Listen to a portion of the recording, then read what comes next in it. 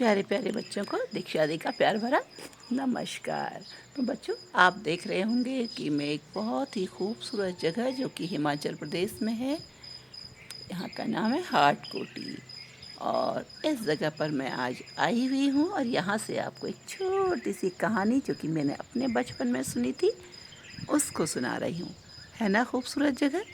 सारे आसमान में वो बादल छाए हुए हैं, बरसात का मौसम है और इतने खूबसूरत मौसम में एक सुंदर सी कहानी आपको सुनाऊंगी मैं। तो बच्चों, ये जो कहानी है ये मेरे भी बचपन की कहानी है। समझ रहे हैं आप? जब मैं छोटी थी, मेरा आप लोगों के बराबर और इधर उधर उधम करती थी, शैतानी करती थी, घूमती थी खूब स्कूल में। मम्मी पापा बुलाते रहते थे, आओ आओ खेल करो। तो और उस समय कहानियाँ पढ़ने और कहानियाँ सुनने का बड़ा शौक था। तो बच्चों, ये कहानी का नाम है सुमन परी। क्या नाम है? सुमन परी। तो एक बात की बात है, एक गांव था नदी के किनारे, खूबसूरत सी एक नदी वहाँ पर बहा करती थी और लहरें उसकी ऐसे ऐसे उठा करती थी। उस नदी के किनारे मछुआरे अपना मछली पकड़ते थे, नदी में बतखें तैरा करती थी, मछलियाँ तैरा करती थी और भी बहुत सारे जल जीव उसमें रहा करते थे। आसपास का बड़ा ही सुंदर माहौल था, मनोरम वातावरण था। तो बच्चों, क्या हुआ कि हर बार पूर्णिमा के दिन वहाँ उस नदी के किनारे एक मैदान था जिसमें परियां आया करती थी। परियों की रानी उड़न खटोले में बैठकर, उड़न खटोला जानते हैं ना, जिसको आज हवाई जहाज़ कहते हैं, पहले ज़माने में उड़न खटोला सुंदर सा डिज़ाइनदार होता था, उसमें ऐसे बैठ करके वो ऐसे ऐसे ऊपर आसमान से नीचे उतरता था, उसमें बैठा करते थे लोग।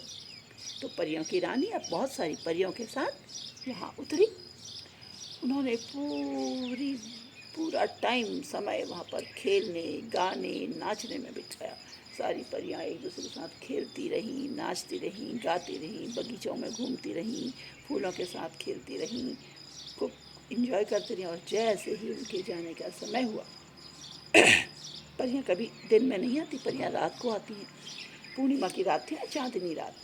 और जैसे ही सुबह होने का उनको आभास हुआ कि सूर्य देव आने वाले हैं, सूर्योदय होने वाला है, रानी ने आवाज़ लगानी शुरू कर दी।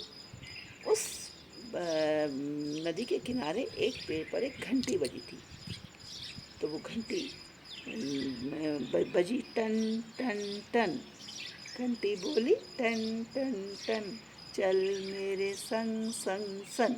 और सारी परियां घंटे की आवाज़ सुनकर उस जगह इकट्ठी हो जाती हैं और सब एक साथ उड़न खटोले में बैठ जाती। तो ऐसे ही उनका हर बार का कार्यक्रम था। तो इस बार जब सारी परियां खेल रही थी, तो खेलते खेलते एक सुमन परी अपनी सहेलियों के साथ नदी के बिल्कुल किनारे चली गई। और नदी के किनारे खेलते गाते अचानक सुमन परी का पैर फिसला और वह पानी में गिर गई। किसी तरह वहाँ से बाहर निकली, लेकिन उसके पंख बिल्कुल भीग गए थे।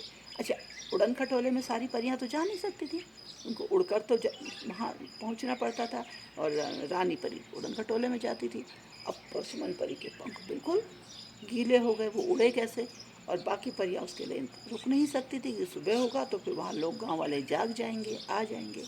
अब सब परेशान, सभी तो उसमें चली गई, लेकिन सुमन परी अकेली नदी के किनारे रह गई। वो उड़ नहीं सकी, वहाँ तक जा नहीं सकी कि वो घंटी जहाँ टंगी थी और बार बार घंटी बोली टन टन टन, चल संग संग संग। लेकिन घर तो सुमन परी पहुँची नहीं। 3-4 बार घंटी बोली टन टन टन, चल संग संग, सुमन परी पहुँची नहीं। अब क्या हो? रानी परी को भी हो गई चिंता, तो हो गई, लेकिन वह कुछ कर नहीं सकती थी। और उसका समय हो रहा था तो उड़न खटोला तो फुर्र करके उड़ गया और बाकी परियां भी चली गई। अब क्या हुआ बच्चों? अब तो एक अगली पूर्णिमा को परियां आती, तो परी कहाँ जाए? सुमन परी रोने लगी। और तब उसे एक बच्चे ने अपने घर में अगले दिन देखा और पूछा कि आप क्या कर रही हो, कौन हो? तो सुमन परी ने बताया कि मैं तो सुमन परी हूँ, हर पूर्णिमासी को हम लोग यहाँ घूमने आते थे और कल मैं गिर गई, भीग गई, तो मैं उड़ नहीं सकी। मेरे सारे साथी, मेरी सारी सहेलियाँ, हमारी रानी परी सब चले गए हैं और मैं यहाँ अकेली रह गई। तो राजू बोला, चिंता क्यों करती हो, आप हमारे साथ रहो, मेरी माँ मैं माँ के साथ रहता हूँ, आप मेरे साथ रहना, और जब आपकी सहेलियाँ आएंगे उस दिन आप उनके साथ चले जाना। तो परी बोली, लेकिन ऐसा तो हमारे, अगर मैं आपके साथ रहूँगी तो मुझे अपनी परियाँ अपने साथ नहीं ले जाएंगी। तो बोली, अच्छा तो ऐसा करो, आपके लिए हम यहाँ पर एक छोटा सा रहने की जगह बना देते हैं, आप उसमें रहो और हम आपको खाना वाना दे दिया करेंगे। तो बोली, हाँ ऐसा हो सकता है। तो फिर राजू ने अपने साथियों के साथ मिलकर एक छोटा सा झोपड़ी के जैसी बनाई जिसमें वो सुमन परी रह सकती, और सुबह शाम उसको वो खाना दे जाता। परी वहाँ पर से रोज़ रात को फिर घूमती और सुबह दिन भर अपने उस झोपड़े में चुपचाप छिप जाती। इस तरह धीरे धीरे धीरे अमावस्या आई और उसके बाद फिर से पूर्णिमा आने का समय हुआ, और सुमन परी बहुत खुश थी कि आज मेरे साथी जो हैं मुझे मिलेंगे और मैं अपने साथियों के साथ उस जगह को चली जाऊंगी, क्योंकि उसे पता भी नहीं था ना रास्ता, तो वो जाए कैसे, जहाँ वो सब परियाँ जाएंगी वहीं तो जाएंगे। तो इसलिए वह दिन भर बहुत खुश थी, नाच रही थी, गा रही थी, और बार बार अचानक से उसे उड़न खटोला दिखाई दिया, परियों के आने की आवाज़ सुनाई दी रात को, और वो बहुत खुश हो गई। चारों ओर का खुशनुमा खुशबू वातावरण हो गया, खुशबुएं भर गई, रोशनी फैल गई, जुगनुओं ने चमचम चमचम कर दिया, और सुमन परी जाकर अपनी सहेलियों से गले मिली। सबने प्यार से उसे गले लगाया, और आज वो नदी के किनारे नहीं गई।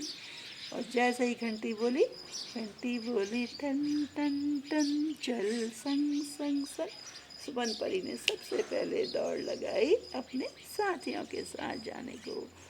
तो बच्चों, ये छोटी सी कहानी छोटी सी कक्षा में कभी मैंने सुनी थी, पढ़ी थी, और आज आपको सुना रही हूँ उस खूबसूरत परियों के से जगह में।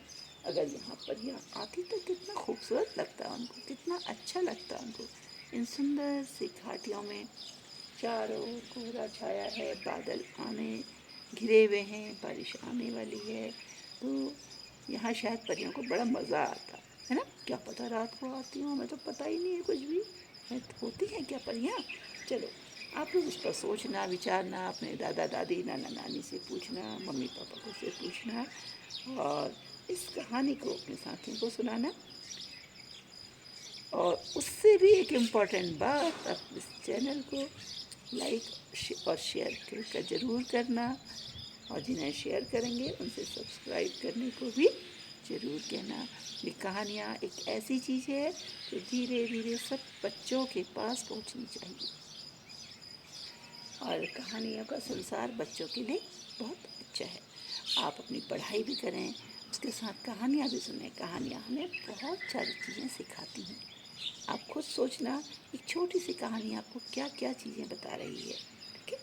और तब तक के लिए मैं आपसे एक विदा लेती हूँ, और जल्दी ही आऊँगी छोटी सी नन्ही सी कहानी लेकर। नमस्कार।